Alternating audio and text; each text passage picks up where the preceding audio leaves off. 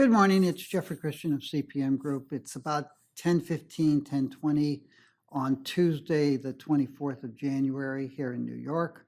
Silver's trading around 23.50. It has gotten as high as 23.85 today. Gold's around 19.30. It's traded a little bit higher, like 19.45 today. We have this seasonal strength going on. It's the Lunar New Year. People are buying gold in coin form, in trinket form, in small gift items, and in jewelry throughout Asia right now. That's been helping keep the price up on a seasonal basis, and that'll go on for a couple more weeks. I wanted to talk today about silver supply and demand. We've given over in the last 2 weeks, over the last week, a couple of presentations on silver inventories, talking about what really is out there. You know, the billion ounces in ETFs, physical metal silver, the several billion ounces in silver bullion coins that have been made and sold to investors since the mid-1980s, and then the unreported material, which is probably a couple more billion ounces that's out there. But I want to talk about silver supply and demand and the market balance. And one of the reasons I want to do that is to update our viewers on conditions. But the other thing is that we've had a lot of people coming to us and saying, well, I hear that investment demand or that fabrication demand or that demand for silver is at record levels, and there's this massive deficit in silver, and why isn't the price rising? And the price isn't rising. First off, the price is rising. The second thing is the price is not rising as high as you might think, because while we have high levels of investment demand, they are quite lower than they were for a long period of time from, say, 2008 to 2016. And fabrication demand is also rising, but it's not as high as some promotional organizations would have you believe. And there aren't really deficits in the silver market, because a deficit is defined as total supply from mine production, secondary recovery from old scrap, and anything else that might be a newly refined bullion entering the market, less fabrication demand. And real research, Commodities 101, I've talked about it before, excludes investment demand. You want to know what that balance is, that some people now call it a primary balance, but you want to know what the balance is between total supply and fabrication demand. Fabrication demand is the silver that is needed by industry and is used in the manufacturing of something that changes the nature of it. Investment demand, by definition, does not change the nature of the silver bullion. It's in refined form that's readily fungible, readily sellable as refined silver. It's not fabrication demand.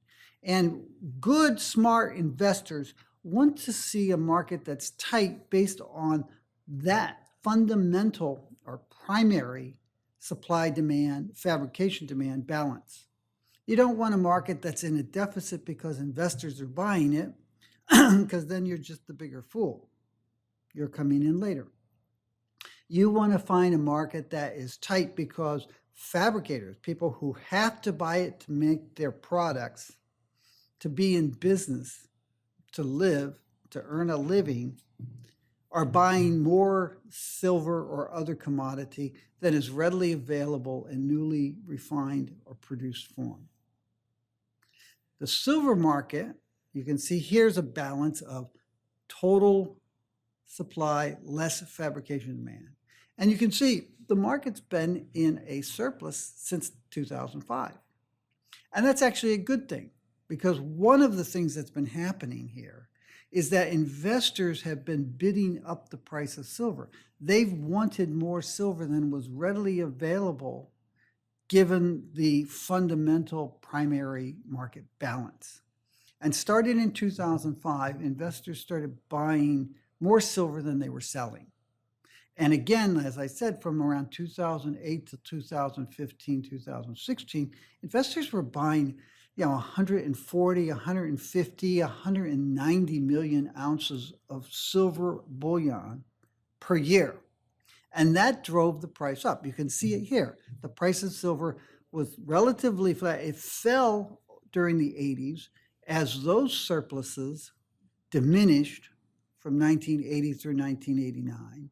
And then it was flat from 1990 to 2004, 2005, as investors were selling metal to meet increased fabrication demand. And fabricators don't necessarily drive the price higher, or they try not to, but investors will. So investors, early aughties, started saying, hey, if I wait until tomorrow to sell my silver, I may get a higher price than if I sell it today. And once they started doing that, A, they reduced the amount of silver they were selling, and B, they started driving the price higher. And as they started driving the price higher, other investors said, ooh, I'm going to wait to sell, or I'm not even going to sell because I bought this stuff at a higher price and I can wait and maybe get it back. Berkshire Hathaway bought 129.7 million ounces in 1997 in the forward market, took delivery of it in 1998, and they paid less than $5 an ounce for it, with an objective of selling it between $8 and $10, which they did. So they made a very good return. If they had waited, they could have sold it at a higher price, but they hit their objective. They took a lot of flack from people who say, what kind of fool would buy silver at $5 when they bought it and announced that they had bought it on February 3rd, 1998.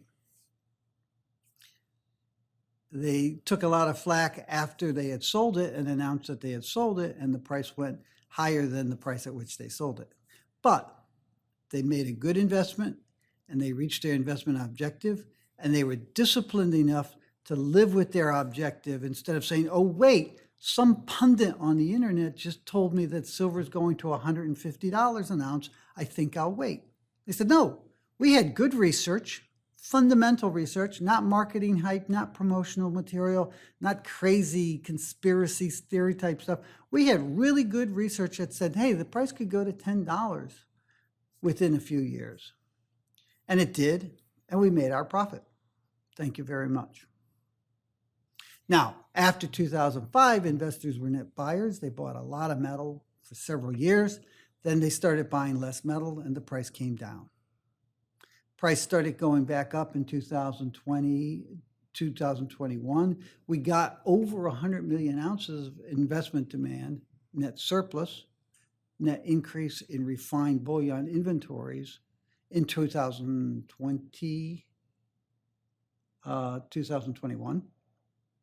Came off a little bit last year, coming off a little bit more this year in our projections. These projections for supply and demand balance are through 2023. The price is obviously only through 2022.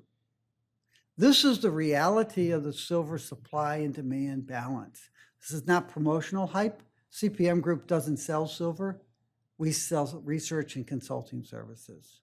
People pay us to be right and accurate and honest, not to be bullish. Okay, that's the supply-demand balance. Here's another way of looking at it, fabrication demand in the orange level. And you can see, yes, it's been rising very sharply over the last decade.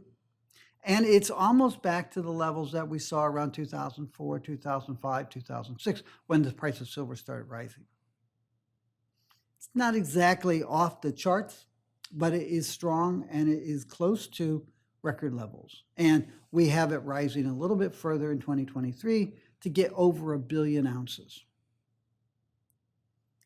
Supply, meanwhile, the blue line, is also rising and is greater than fabrication demand. It's greater than fabrication demand, and that surplus is being taken up by people who would like to hold silver in bullion or bullion coin form. Many of those people are known as investors. Some of them call themselves stackers, and they get upset when I point out that stacking is a form of investing, but it is. Annual total supply, as I said, it's starting to rise. It's not back to where it was in the mid-teens, 20 teens, but it is starting to rise. We're seeing some increase in mine production last year coming out of the, in 2021, we had a decline.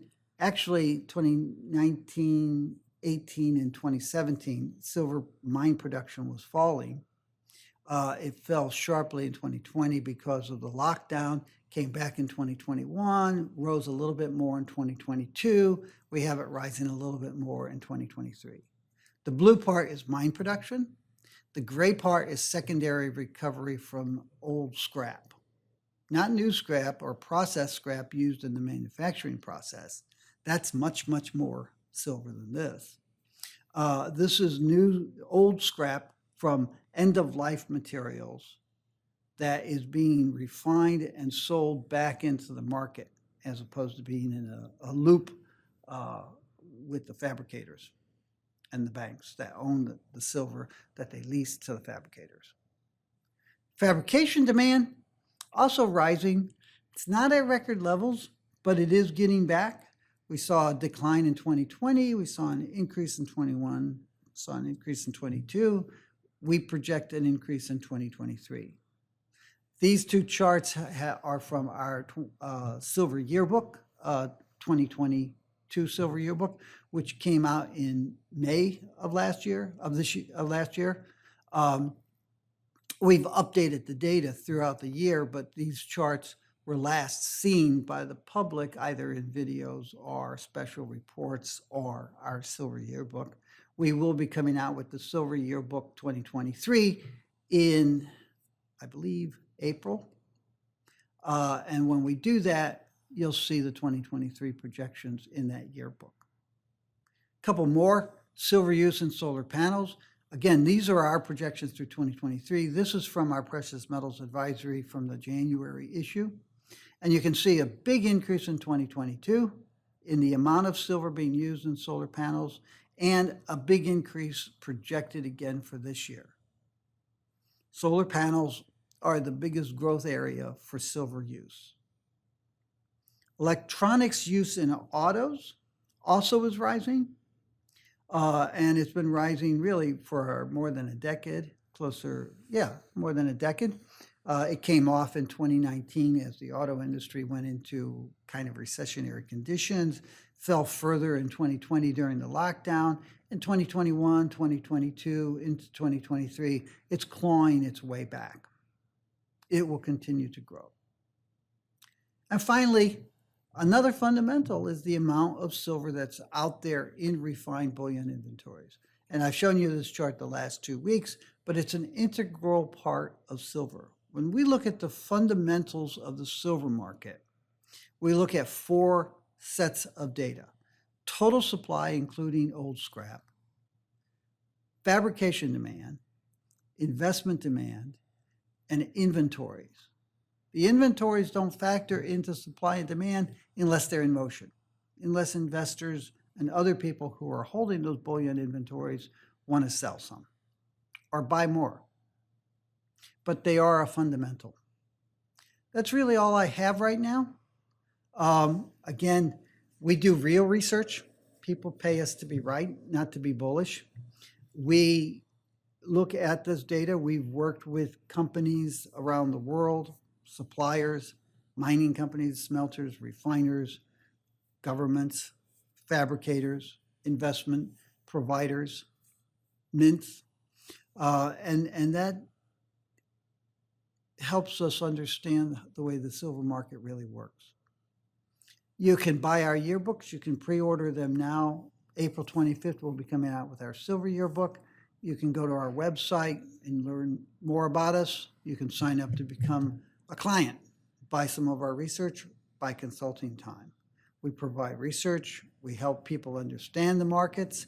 We help some people understand why they might have been wrong for a long time, get them on the right side of the market, help them make money instead of lose money. We provide asset management, commodities management, and investment banking, investment advice. That's all I have for now. Talk to you on Friday. In the meantime, take care of yourself and everybody around you.